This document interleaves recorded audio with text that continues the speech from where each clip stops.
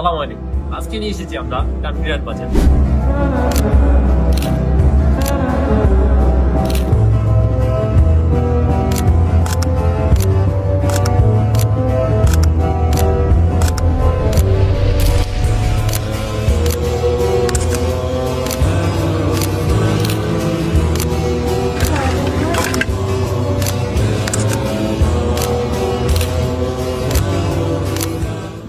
এই বাজারের পিছনে রয়েছে হাজার বছরের ইতিহাস ও সংস্কৃতি।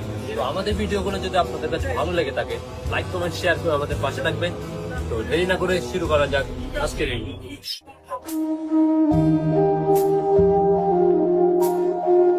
নোয়াখালী জেলার সেনবাগ উপজেলায় অন্তর্গত কানকিরহাট বাজার একটি ঐতিহাসিক বাজার হিসেবে পরিচিত।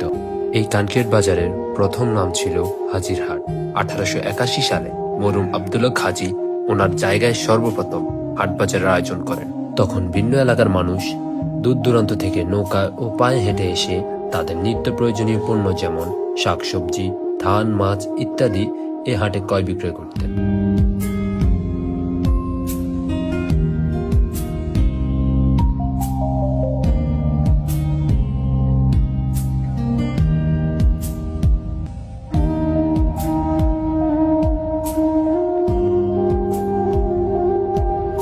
তখন ওনার ব্যক্তিগত জায়গায় বর্তমান কানকিরহাট ছোট মসজিদ নামক স্থানে হাটে আসা লোকজনের জন্য ওয়াক্তীয় নামাজ পড়ার জন্য একটি জায়গা করে দেন। তখন এটি হাজিরহাট নামেই পরিচিত ছিল। পরবর্তীতে 1899 সালে কানকই জমিদার এসে এ হাটে খাজনা আদায় করতেন এবং বর্তমান কানকিরহাট ছোট মসজিদের পাশে দিঘিটি খনন করেন। তখন এই হাটের নাম পরিবর্তন করে দেন কানকই হাট। সেই থেকে ধীরে ধীরে নাম পরিবর্তন হয়ে কানকই হাট নামেই পরিচিত হয়। পরবর্তীতে লগেন সেন জমিদার এসে খাজনা আদায় করতেন।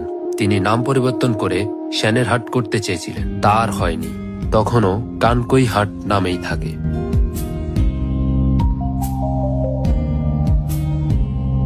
কালের পরিবর্তনে এই হাটের নাম সংস্করণ হয়ে কানকিরহাট নাম হয়। সেটি আজ অবধি কানকিরহাট বাজার নামেই পরিচিত।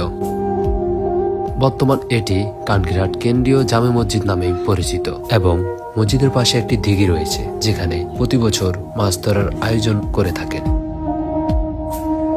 বর্তমানে এই কানকিরহাট বাজারে অসংখ্য মাদ্রাসা, স্কুল, কলেজ এর পাশাপাশি কানকিরহাট বাজারে বিভিন্ন রকমের স্বাস্থ্য কমপ্লেক্স এবং ব্যাংক রয়েছে, যা মানুষের জীবনকে করে তুলেছে সহজ এবং আধুনিক।